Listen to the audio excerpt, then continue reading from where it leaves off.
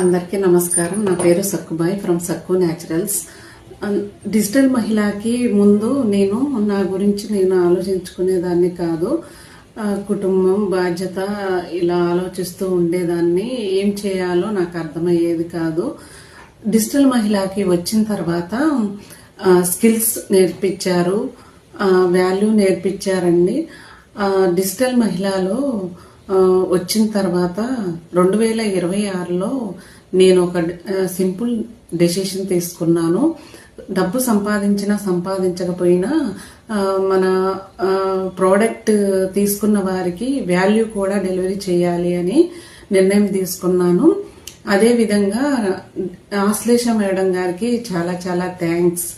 Digital మహిళలో అందరూ ఒకరికొకరు హెల్ప్గా బాగుంటారండి. Thank you.